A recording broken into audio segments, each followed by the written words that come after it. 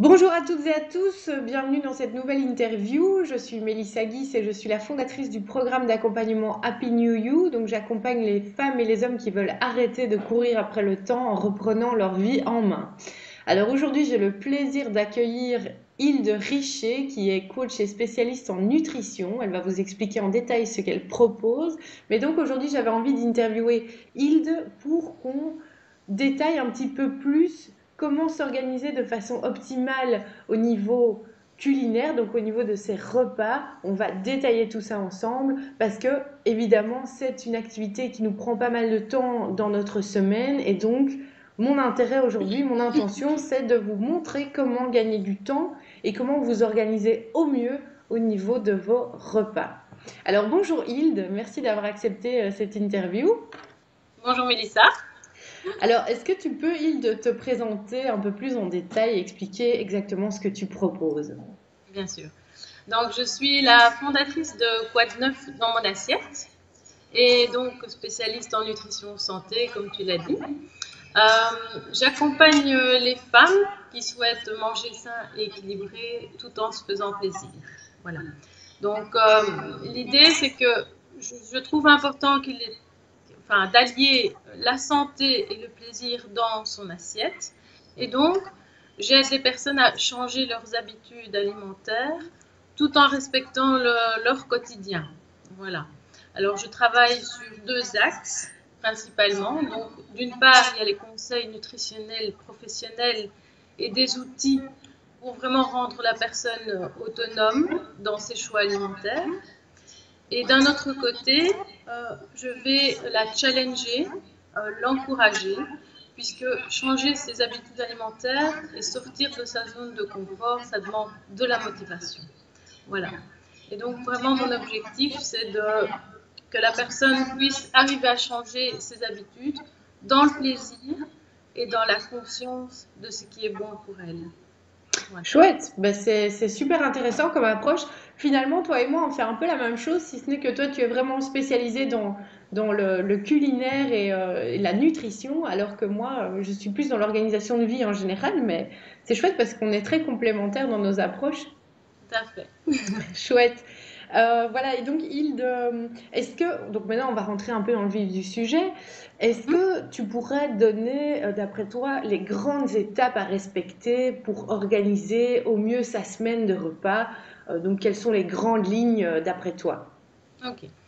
Eh bien, les grandes lignes, d'une part, c'est de créer sa semaine idéale. Donc ça, c'est un exercice que tu fais dans tes accompagnements. Et donc, c'est un peu définir comment j'organise ma semaine d'un point de vue professionnel, personnel. J'y inclus évidemment voilà, toutes les obligations de maman ou de femme ou d'homme.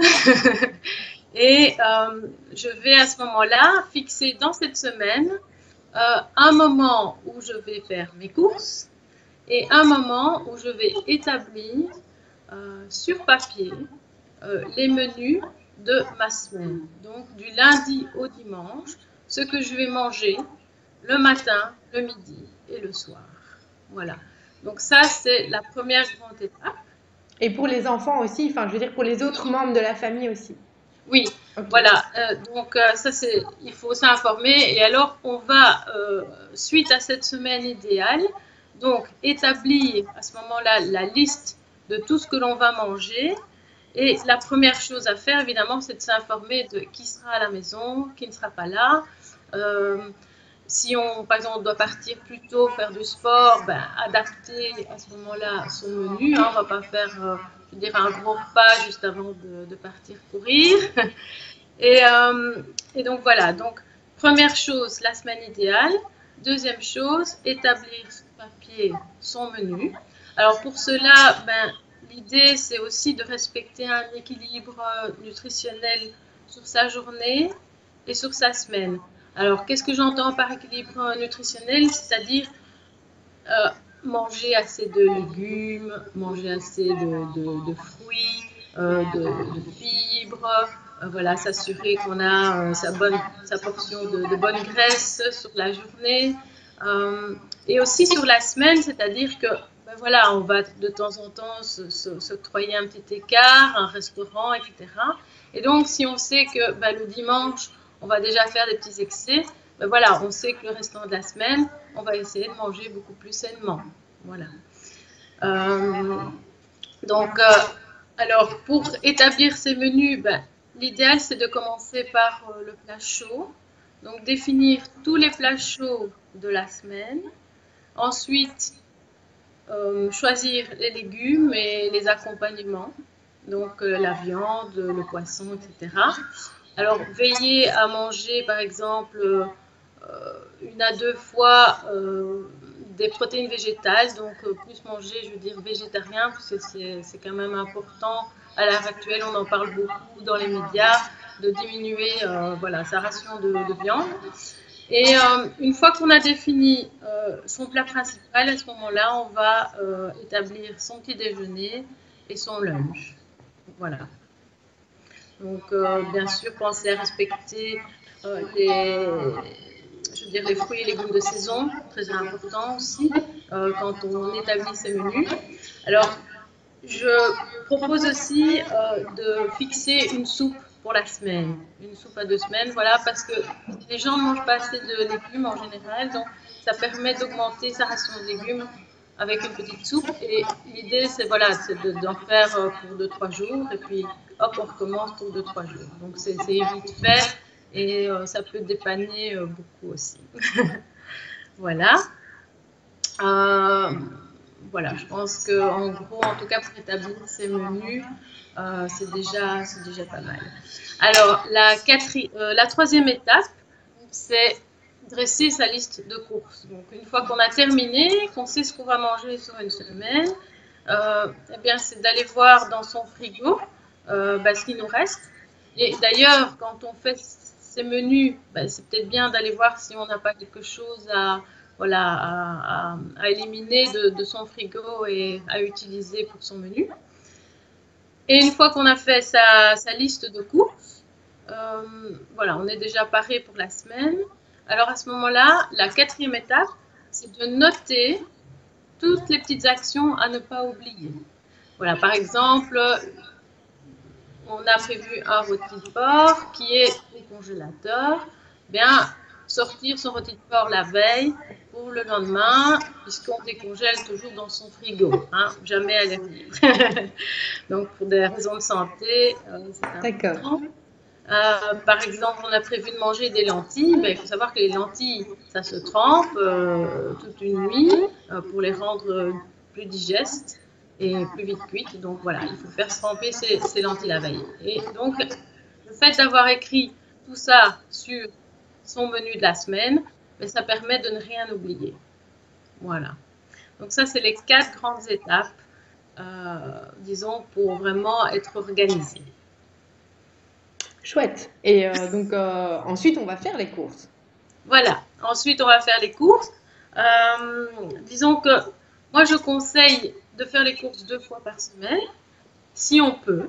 Voilà. Maintenant, c'est pas tous les jours, enfin, c'est pas pour tout le monde possible. Donc, le fait de les faire 2 fois par semaine, ça permet de manger frais. Maintenant, si on ne peut pas les faire 2 fois semaine, à ce moment-là, on peut penser à utiliser du frais pour la première moitié de sa semaine et du surgelé pour la deuxième moitié de la semaine. Voilà. Il faut savoir que les légumes surgelés sont de meilleure qualité que les légumes en boîte et parfois sont de meilleure qualité que certains légumes de supermarché qui sont cueillis parfois depuis 1 semaine ou 2. Et donc, le légume surgelé est directement surgelé après la récolte et donc garde quand même pas mal de propriétés nutritives. Donc, c'est vrai que tout dépend de où on va faire ses courses. Mais il faut le savoir, le surgelé, c'est pas mauvais. En plus, c'est directement, c'est déjà lavé, c'est proportionnable et donc c'est très rapide et ça peut faire gagner du temps en cuisine. Donc voilà, okay. C'est important. Et par rapport au surgelé, donc toi tu préconises les sachets de légumes surgelés bruts entre guillemets, oui.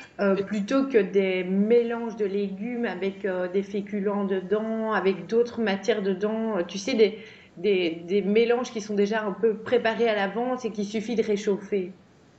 Alors maintenant, c'est sûr que le légume brut est mieux, parce qu'à ce moment-là, on va pouvoir l'accommoder comme on veut.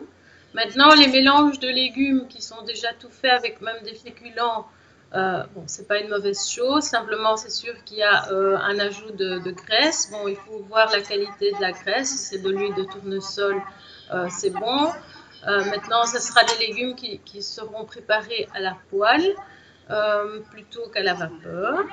Voilà. Maintenant, je dis toujours, il vaut mieux manger des légumes de cette manière-là que pas du tout. Hein. Ça, Donc, c'est sûr. quitte à choisir entre un plat préparé et un sachet de légumes mélangés, ben voilà, il n'y a pas photo. Il faut quand même. Ça dépend un petit peu d'où on vient, quelles sont déjà nos habitudes alimentaires à la base. Donc voilà. Mais manger des légumes, c'est important. Et, et ces sachets de légumes mixtes, etc. Voilà, je ne suis pas contre, mais disons que ça ne doit pas faire toute la semaine. Voilà. D'accord. Ok. Et donc tout à l'heure, tu nous parlais de l'organisation au quotidien, donc ne pas oublier de sortir le rôti pour le faire décongeler au frigo, etc. Est-ce que tu peux détailler un petit peu plus l'organisation au sein de la cuisine? Donc pratico-pratique, comment est-ce que tu fais au quotidien quand tu es en train de cuisiner? Combien de temps tu mets en cuisine pour cuisiner, etc. Oui, ok. Alors, bon, moi, l'idée, évidemment, c'est de pouvoir manger le plus sainement possible, mais tout en se faisant plaisir, n'est-ce pas? Et ben pour ça, c'est sûr qu'il faut bien être bien équipé. Voilà. Donc, voilà, les premières choses que je propose à mes clientes, c'est sûr, c'est de, un, bien s'équiper pour cuisiner sainement, c'est-à-dire que l'idée, c'est de pouvoir cuisiner à la vapeur et au four à basse température. Avoir voilà, un bon couteau, une planche en bois voilà, pour couper ses légumes, etc. Euh, et un blender qui est quand même un élément important dans la cuisine saine. Alors, d'autre part, il est intéressant aussi de faire un petit rangement de ses placards. Souvent, on ne mange pas sainement parce qu'aussi on a beaucoup de choses dans ces placards qui ne correspondent pas à une alimentation saine ou alors qui sont même parfois périmés, etc. Donc, c'est important, je pense que ça fait partie de tes accompagnements. Oui. Une fois tout enlevé de ces placards et rangé par type d'alimentation, par exemple tous les légumes secs, les pâtes, etc. Vraiment, voilà, faire quelque chose de simple. Et alors, moi, ce que je propose aussi, c'est d'avoir un genre de garde-manger sain. Donc, avoir différentes petites choses dans ces armoires, euh, toujours avoir avec soi, au cas où. Voilà. Comme par exemple des légumes secs, bon, ben, ce sont des produits qui se conservent très longtemps.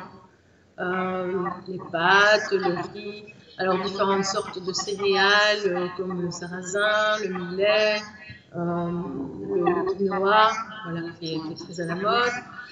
Ensuite, avoir une série d'épices aussi. Voilà, moi j'ai toute une liste voilà, pour un garde-manger qui permet de rebondir, en tout cas au niveau de la cuisine saine. Ok. Et donc, je suppose qu'il y a pas mal de mamans qui nous écoutent. Et est-ce que c'est toujours l'éternelle question au niveau des goûters? Quoi donner? En quelle quantité? On est tenté d'acheter au supermarché des boîtes de biscuits bourrés de sucre, etc. Par facilité, en fait, pour gagner du temps. Mais toi, qu'est-ce que tu recommanderais à ce niveau-là? Ok. Alors, ben, tout dépend si l'enfant doit prendre son goûter à l'école ou à la maison. C'est sûr que le fait d'être à la maison permet aussi de pouvoir offrir différentes choses beaucoup plus variées. Alors, ce qu'il faut éviter, par exemple au niveau des biscuits, ben, il faut savoir choisir le bon biscuit. Alors, en gros, parce que je pourrais faire un exposé sur le biscuit, mais en gros, disons que c'est important de vérifier le type de graisse utilisée et surtout qu'elle ne soit pas hydrogénée. Parce qu'en fait, une graisse hydrogénée, c'est une graisse trans qui est très mauvaise pour la santé. Alors, prends toujours des biscuits multicéréales, ou en tout cas avec des céréales complètes ou semi-complètes. Et idéalement, le biscuit sec. avec peut-être des fruits secs dedans, etc. Éviter tout ce qui est biscuits moelleux, fourrés, à la crème, ce genre de choses. Voilà, ça c'est vraiment le truc à éviter. Alors, un enfant doit avoir un goûter vraiment complet parce que le goûter pour un enfant, c'est un quatrième repas. Et donc, l'idéal, ça serait d'avoir un fruit et d'avoir des céréales et éventuellement un produit laitier. Alors, le produit laitier, il faut savoir que bon, il y a voilà, beaucoup de tout et son contraire. On raconte sur le web tout et son contraire, qu'il faut 3 produits laitiers par jour pour avoir sa ration de calcium. Bon, c'est pas vrai. Maintenant, je ne suis pas tout à fait anti-produits laitiers. L'idée, un produit laitier par jour, c'est très bien. Et donc, le fait, par exemple, de manger un fruit et des fruits secs comme des amandes, mais il y a déjà une bonne ration de calcium qui est là. Voilà. Mais il faut que ça soit un goûter vraiment complet. Un fruit et une céréale, ça peut être une tartine, ça peut être une crêpe maison, ça peut être un cake maison. Le cake, c'est très vite fait. On peut le faire le dimanche et en avoir comme ça pour plusieurs jours de la semaine. Mais c'est vrai que la tartine, c'est encore ce qui est le plus simple. Il vaut mieux une tartine de pain complet avec un peu de purée de fruits qu'un biscuit. Voilà. D'accord. Alors, bon, les fruits, c'est important, les fruits secs, voilà. Ça, je veux dire, en gros. Alors maintenant, il existe aussi voilà, des petites purées de fruits en petits sachets pocket, par exemple. Il existe également des petites crèmes à base de soja qu'on peut mettre dans les cartables. Et ça pour toi, c'est bon, tout ça. Tu recommanderais tout ça? Et on peut même manger aussi des légumes. Hein. 4 heures, je veux dire, vos enfants, voilà, s'ils ne sont pas très fruits, ben, ils peuvent manger des bâtons de carottes, des bâtons de céleri. Enfin, je veux dire, il faut les habituer à différents goûts. Au plus jeune, au mieux c'est. Voilà. Ok, chouette. Et toi, personnellement, Hilde, tu délègues un petit peu en cuisine à tes enfants ou à ton mari pour faire en sorte qu'il y ait un esprit d'équipe et en même temps pour te faciliter la tâche et gagner du temps? Alors, ce que je fais beaucoup, c'est que j'implique mes enfants dans la cuisine parce qu'en fait, un enfant a besoin voilà, de toucher, de s'imprégner, il a besoin de goûter. Et le fait qu'il prenne aussi parfois l'initiative de choisir telle ou telle chose va faire qu'il aurait envie de le manger, de goûter. Et par exemple, pour les fruits, pour les légumes, c'est important puisque le goût se forme avec l'âge et il faut au moins présenter un aliment une dizaine de fois à un enfant avant de se dire oui, il n'aime vraiment pas. Donc, on va lui présenter, il n'aime pas, ben la semaine suivante, on va le présenter. Et le fait qu'il participe à la cuisine ou aux courses aussi. Par exemple, le faire participer aux courses. Si on a l'occasion d'aller au supermarché, qu'on fait passer courses en ligne, à ce moment-là, on lui dit, tiens, mais qu'est-ce que tu as envie de manger? Qu'est-ce qui te donne envie? Qu'est-ce que tu choisirais comme légumes? Voilà. Et ça, le fait qu'ils soient acteurs de leur choix et même acteurs dans la cuisine, ben, ça va aussi leur donner envie de manger ce qu'ils ont préparé. Donc ça, c'est important. Mon mari, là, par contre, lui n'est pas très cuisine. Donc, voilà. Mais les enfants, je les implique souvent. Et d'ailleurs, mon beau-fils qui a 17 ans, voilà, je lui apprends aussi à se débrouiller petit à petit parce que c'est important ben voilà, pour son futur qu'il puisse cuire en tout cas et se faire à manger tout seul. Voilà. Ok, super. Ben donc, en gros, si on devait résumer tout ce qu'on vient de dire, la cuisine, c'est de l'organisation, c'est de la préparation à l'avance, donc le fait d'anticiper ce qu'on va manger, etc. Et c'est aussi un partage avec les autres membres de la famille en les impliquant, en leur posant des questions, en s'assurant que chacun a ce qu'il faut, etc. Voilà, ça c'est important. Et j'aimerais ajouter qu'il est tout à fait possible de préparer un repas sain en même temps qu'il plaise à tout le monde en seulement 20 ou 30 minutes. Voilà, une fois qu'on est organisé, ça ne prend pas plus de 20 à 30 minutes. Et il ne faut pas être une cuisinière hors pair ou adorer la cuisine, voilà, pour ça. Simplement, l'organisation fait tout. Justement, et ça permet de dégager du temps pour sa famille, de passer plus de temps avec ses enfants ou pour ses loisirs personnels. Voilà. Ok, super. Ben, merci beaucoup, Hilde. Où est-ce qu'on peut te retrouver pour prendre contact avec toi, pour te suivre, pour avoir de tes nouvelles? Alors, vous pouvez aller visiter donc ma page Facebook qui est Quoi de neuf dans mon assiette. Voilà, j'ai un site qui est en construction, un site web, donc bientôt un site web. Ou sinon, vous pouvez m'envoyer un email aussi à hilde.rocher@gmail.com. Ok, parfait. Ben, je vais noter tout ça en dessous de la vidéo. Mais écoute, Hilde, je te remercie beaucoup pour ces précieux conseils. J'ai quand même appris pas mal de choses. Il faut savoir que je ne suis pas dans un cordon bleu encore, mais j'y travaille. Donc, merci beaucoup. Et ben, je te souhaite une belle continuation dans ton projet. Merci, merci beaucoup. Ah, ça a été un plaisir pour moi, en tout cas, de partager ceci avec toi. Mais écoute, merci beaucoup, c'était partagé. Et ben, écoute, à bientôt. Oui, à bientôt, Mélissa. Au revoir, Hilde. Au revoir.